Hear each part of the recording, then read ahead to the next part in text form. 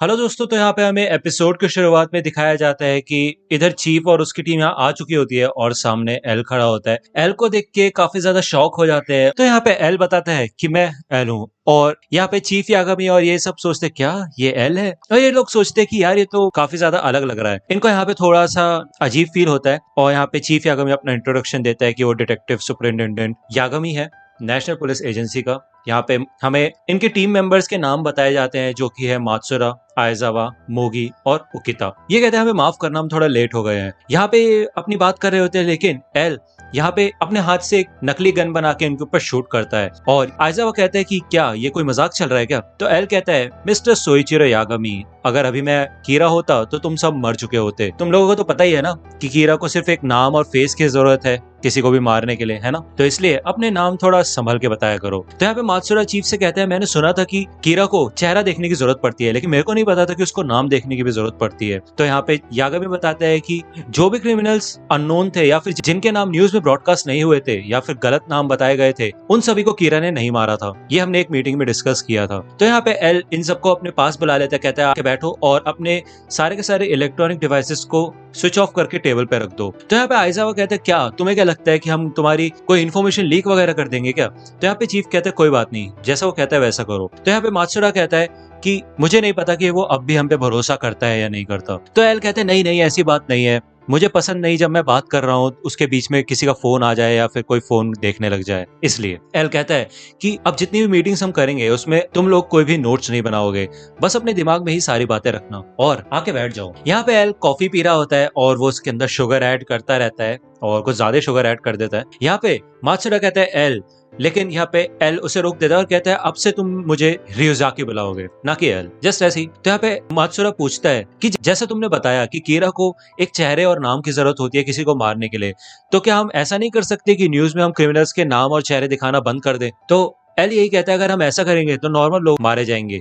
तो उकिता कहते हैं, क्या नॉर्मल लोग? तो एल कहता है कि कीरा में बचपना है और उसको हारना पसंद नहीं। तो चीफ कहता है, क्या बचपना है और उसे हारना पसंद नहीं? तो एल कहता है, हाँ, क्योंकि मेरे अंदर भी बचपन है और मेरे को भी हारना पसंद नहीं, इसलिए मुझे ये बात पता है। चीफ कहता है कि तुम थोड़ा डिटेल में सारी बातें बता सकते हो? तो एल बताता है कि तुम्हें जैसे याद होगा कि मैंने टीवी ब्रॉडकास्ट के जरिए कीरा को चैलेंज किया था। तब तक हमें सिर्फ लगता था कि कीरा क्रिमिनल्स को ही मारेगा, लेकिन उसने मेरे बॉडी डबल को मारने में बिल्कुल भी नहीं सोचा। और जैसे मैंने ये कहा था कि मुझे पता है कि तुम कांटो रीजन में हो, तो उसने कांटो रीजन के और भी क्रिमिनल्स को मारना शुरू कर दिया, जैसे कि वो ये कहना चाहता था कि हाँ, मैं हूँ कांटो रीजन से, क्या कर लोगे? तो इस हिसाब से उसने मेरे हर चैलेंज को पूरा करके दिखाया है। तो तुम्हें क्या लगता है, अगर हम क्रिमिनल्स की इन्फॉर्मेशन हाइड करना शुरू कर देंगे तो क्या होगा? वो कहेगा, अगर तुम मेरे को क्रिमिनल्स के नाम नहीं बताओगे तो मैं उन लोगों को मारूंगा जिन्होंने काफी छोटे गुनाह किए या फिर जो लोग मासूम हैं, और मैं पूरी दुनिया में किसी को भी शिकार बना सकता हूँ। मैं बुरा नहीं हूँ, लेकिन जो लोग मेरे खिलाफ जाएंगे वो बुरे हैं, क्योंकि वही लोग बुरे लोगों को छुपा रहे हैं। तो यहाँ पे एल कहता है, ऐसा ही कुछ सोचेगा कीरा। तो यहाँ पे हमें जो ये लाइन बताई जाती है, आपको याद ही होगा कि पिछले कुछ एपिसोड्स में लाइट ने ये लाइन बोली होती है और सच में एल ने सही पता लगाया होता है। लेकिन एल यहाँ कहता है कि अगर हम मास मीडिया की बात करें तो उसको हम अपने फायदे के लिए भी इस्तेमाल कर सकते हैं। हम कुछ ऐसी न्यूज बता सकते हैं कि 12 FBI एजेंट्स मारे गए हैं, उस वजह से यूएस गवर्नमेंट काफी ज्यादा नाराज है। इस वजह से उन्होंने जापान में 1500 इन्वेस्टिगेटर्स को भेजा है कीरा को पकड़ने के लिए। लेकिन इस बार बात अलग होगी, क्योंकि इतने सारे इन्वेस्टिगेटर्स होने की वजह से कीरा को यहाँ पे खतरा महसूस होगा। उसे लगेगा कि उसके आसपास ही उसे कोई ना कोई तो देख रहा है और तभी वो कोई गलती करेगा। तो आयजावा यहाँ यही कहते हैं कि हाँ, वैसे उसे कहा जाएगा कि 1500 है और असलियत में हम सिर्फ 7 होंगे। कितना कमाल है। और क्योंकि FBI एजेंट्स की तरफ यहाँ पे असलियत में कोई एजेंट्स आए ही नहीं है, तो कोई भी मरेगा भी नहीं। उकिता कहते हैं, हाँ, ये काम कर सकता है। तो एल कहता है, मैं तुम्हें अपने थॉट्स बताता हूँ कीरा केस के बारे में, कि मैं क्या सोचता हूँ। कीरा अकेले काम करता है और उसे पहले भी इन्वेस्टिगेशन की इन्फॉर्मेशन मिली है। कीरा को एक नाम और चेहरा चाहिए होता है मारने के लिए, और वो काफी हद तक विक्टिम के मरने का समय भी डिसाइड कर सकता है, और साथ ही साथ वो विक्टिम्स के मरने से पहले उनसे कोई भी काम करवा सकता है। तो इन सब चीजों को अपने दिमाग में रखना, और अब जो मैं बता रहा हूँ उसको ध्यान से सुनना। 14 दिसंबर को जापान में 12 FBI एजेंट्स आए थे और 19 दिसंबर से कीरा ने कैदियों के ऊपर अपने एक्सपेरिमेंट करने शुरू किए थे। वो ये देख रहा था कि वो क्रिमिनल्स को मरने से पहले कितना कंट्रोल कर सकता है। दूसरे शब्दों में, इन्हीं 5 दिनों में कीरा को FBI के बारे में पता चल गया था और उसको डर लगा, क्योंकि उसको FBI एजेंट्स के ना ही नाम पता थे और ना ही चेहरे। अब क्योंकि उसे FBI एजेंट्स को अपने रास्ते से हटाना था, तो इसलिए वो ये देखना चाहता था कि वो मरने से पहले अपने विक्टिम्स को कहां तक कंट्रोल कर सकता है। और आखिरकार 27 दिसंबर को अब यहाँ पे हमें लाइट का सीन दिखाया जाता है। वो एल की बात पूरी करता है कि एक बार मेरे को ये कंफर्म हो गया कि सारे एफबीआई एजेंट्स को सभी एजेंट्स की फाइल मिल गई है जिसमें उनके नाम और चेहरे थे, वो सब मारे गए। और ये पता लगाना तो बहुत ज्यादा मुश्किल है कि कीरा ने उनमें से किस एजेंट की फाइल देखी होगी, लेकिन किसी को भी ये पता नहीं चलना चाहिए कि मैं रे पेनबर से मिला था 20 दिसंबर को। तो यहाँ पे र्यूक कहता है क्या बात है, आज डेथ नोट यूज नहीं कर रहे, उस एंट्रेंस एग्जाम के लिए पढ़ रहे हो क्या? तो लाइट कहता है नहीं, उसके लिए वैसे भी अब टाइम बचा नहीं है। मैं ये देख रहा था कि मैंने 19 दिसंबर से लेकर 27 दिसंबर में बहुत ज्यादा काम किया है और बहुत बड़े बड़े रिस्क लिए हैं। तो यहाँ पे एल बताता है कि इस टाइम पीरियड में 23 लोग हार्ट अटैक से मारे गए थे, जैसे कि हम सभी को पता है। वो सब वांटेड क्रिमिनल्स थे या फिर कुछ ऐसे लोग थे जिन पे शक था, और हमें पता है कि कीरा ऐसे लोगों को नहीं मारता है।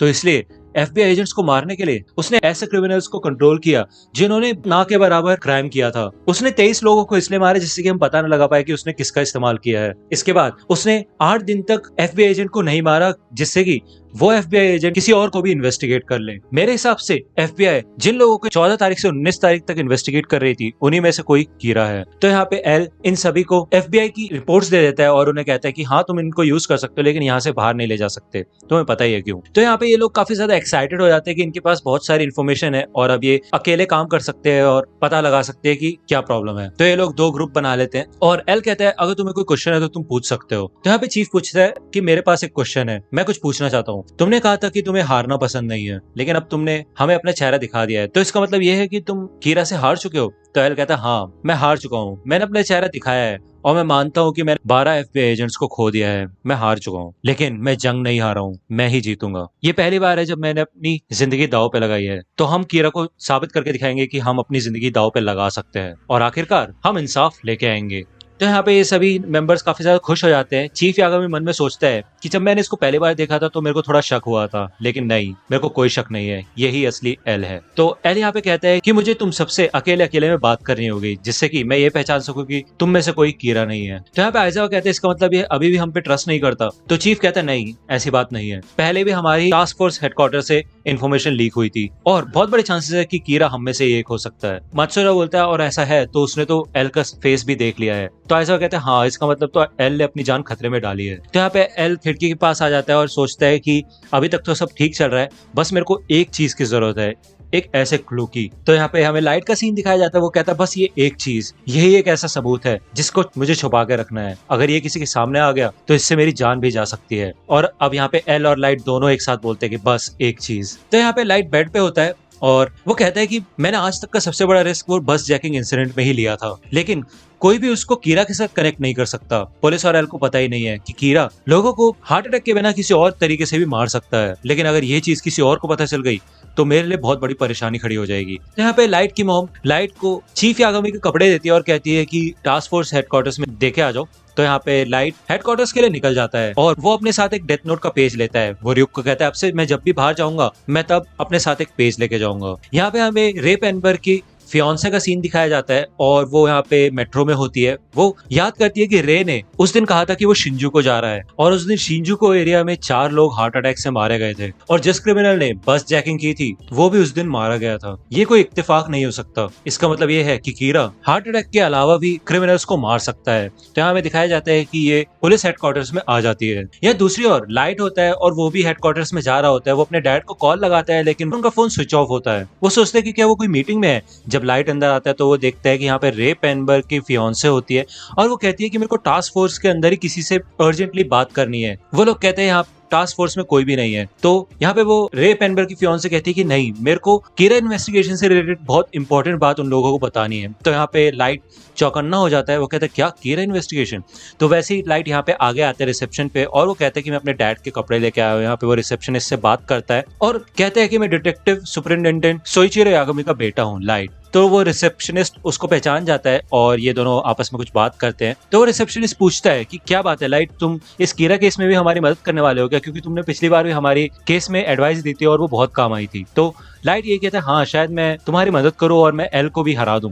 तो यहाँ पे रे पेनबर की फियांसे के कान खड़े हो जाते हैं और वो कहती क्या एल को भी हरा दे? तो यहाँ पे रिसेप्शनिस्ट उस रे पेनबर की फियांसे से बोलता है कि नहीं, वो यहाँ पे नहीं है, हम उनसे कोई कांटेक्ट भी नहीं कर पा रहे। लेकिन ये यही बोलती है कि नहीं, मेरे को उनसे मिलना है।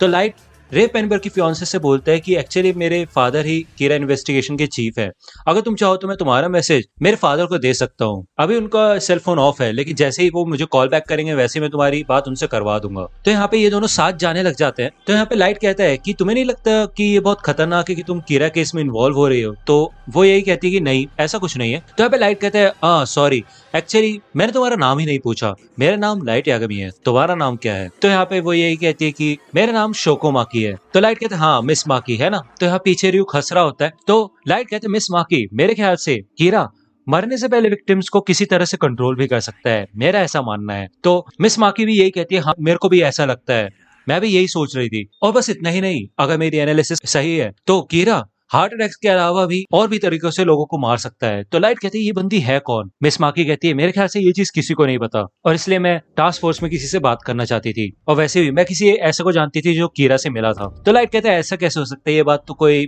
मानेगा नहीं, तुम्हें ऐसे नहीं लगता कि उस इंसान को खुद ही आ जाना चाहिए था?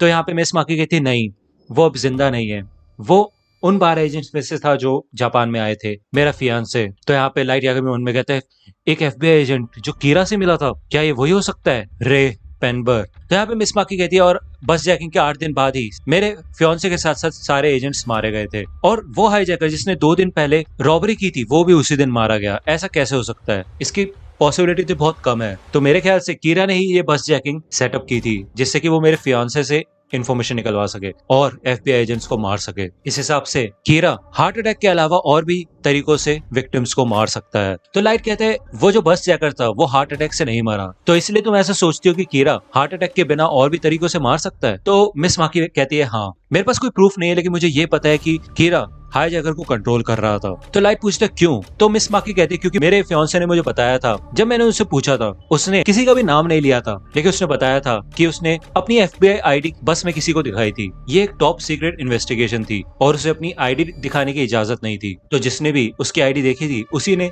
एफबीआई एजेंट्स को मारा है। तो रियोक ये कहता है अच्छा, तो यही वो एक चीज थी जिसकी चिंता लाइट को हो रही थी। तो लाइट कहता है इसका मतलब तुमने ये कंक्लूजन इसलिए निकाला क्योंकि तुम अपने फियांसे का बदला लेना चाहती हो, तुम ये मानती हो कि कीरा हार्ट अटैक के अलावा भी लोगों को और तरीकों से मार सकता है, इसका मतलब तुम काफी कमाल की हो। लेकिन ऐसा लगता है कि तुम कुछ ज्यादा ही सोच रही हो, लेकिन हम फिर भी इसके बारे में कुछ सोच सकते हैं और हो सकता है ये सही हो, और ये कीरा इन्वेस्टिगेशन केस के काफी काम आ सकती है। अगर जो तुम कह रही हो वो सही है तो कीरा जल्द ही पकड़ा जाएगा, क्योंकि तुम्हारे फियांसे ने उसी बस में एक बंदे को आईडी दिखाई थी जो कि कीरा हो सकता है। तो मिस माकी कहती है हाँ बिल्कुल सही। तो यहाँ ये दोनों आगे बढ़ने लग जाते हैं और लाइट कहते हैं थैंक गॉड बच गए, अगर इस बंदी ने पुलिस को सब कुछ बता दिया होता मेरे से मिलने से पहले तो सब खत्म हो चुका होता। मेरे ख्याल से गॉड ऑफ डेथ के साथ साथ असली के गॉड भी मेरे साथ ही है। तो दोस्तों आज की वीडियो के लिए सिर्फ इतना ही। आई होप कि आपको ये वीडियो पसंद आई होगी। अगर आपको ये वीडियो पसंद आई हो तो प्लीज लाइक कीजिए, अपने दोस्तों के साथ शेयर कीजिए और मेरे चैनल को सब्सक्राइब करना मत भूलेगा। और अगर आप मुझे कांटेक्ट करना चाहते हैं तो आप मुझे इंस्टाग्राम पे कांटेक्ट कर सकते हैं, मेरे पेज की लिंक आपको डिस्क्रिप्शन में मिल जाएगी। मिलता हूँ आपसे अगले वीडियो में, तब तक के लिए गुड बाय।